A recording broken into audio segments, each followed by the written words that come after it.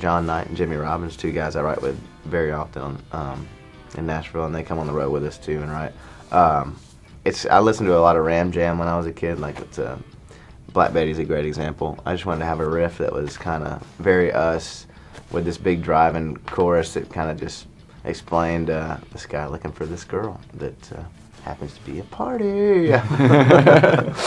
And so it just came out, and we played it for Scott, and he loved it, and Dan Huff, a producer, and Justin, they loved it, and so that was the next move. So it's fun to play live too, because people are just like, it's kind of got a weird time signature in the riff, so it kind of throws people off a little bit, but then it brings them back in. So it's a cool tune, man. We're just trying to make it as out there as possible, but still be accessible to as many people as possible as well. So it's like, I mean, we're just kind of doing what we do naturally. Like our first record was just us in a room with a dude hitting the button, record, and us playing.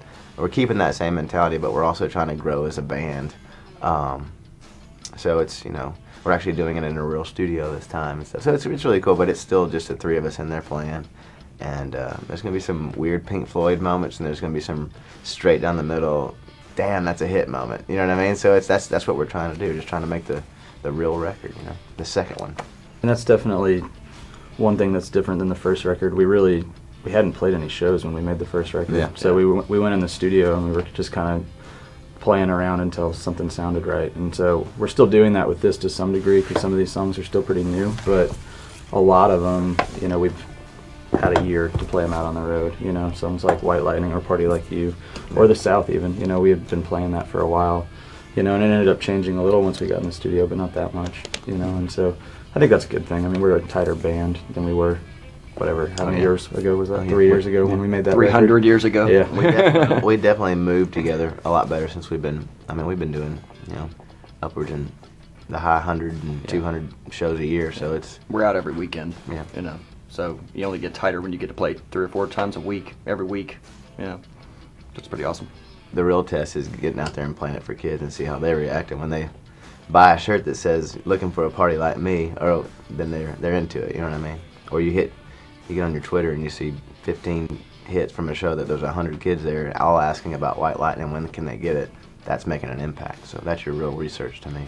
We're different, you know. We don't sound. Nobody could be like the Cadillac guys. They sound like this. They sound like that. There's not anybody in our genre that we sound like, and so it's to keep it that cool, interesting thing. I think we have to be very careful of what songs we sing and what songs we don't, because we have to. You can't be forced. You have to just sing what is kind of natural to us, you know. So I think it's pretty obvious when we get done with a song, or I get done with a song, or Neil, you know, like I'm pissed off that he gave Payback, which is Rascal Flatts' new single, to Flats without even, he never played it for us. And I would have done that, because we would have put a real cool thing together, been a little heavier, but we'll talk about that later. That'll be the next interview. But yeah, but you know, so I think it's usually pretty obvious, except for moments like that where Neil messes up and gives a song to somebody.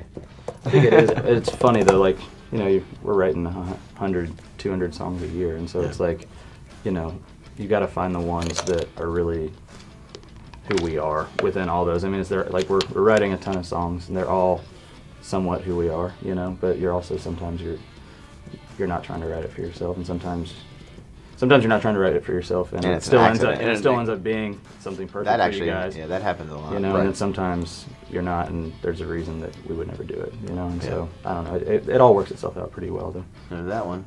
No. I mean, yeah, I think there's Jaren's had a few that are really great.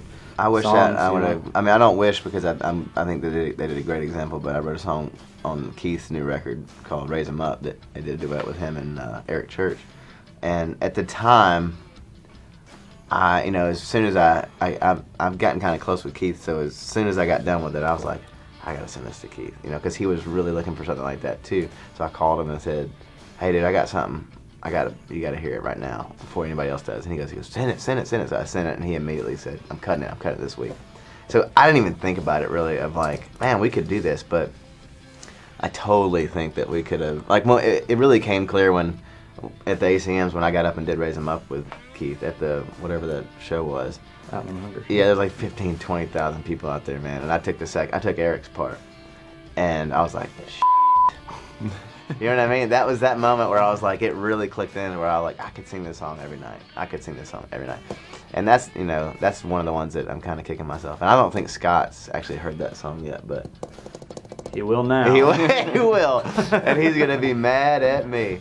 But that's definitely one of them. The only other one I can think of that we keep talking about because we're on the Jake tour is the Tall Glass, Tall Glass is something, yeah. It's kind of just a party tune, but it's something that we would do Yeah. pretty naturally. Yeah, we would have gotten dirty with that one. But Jake does it great too. Yeah.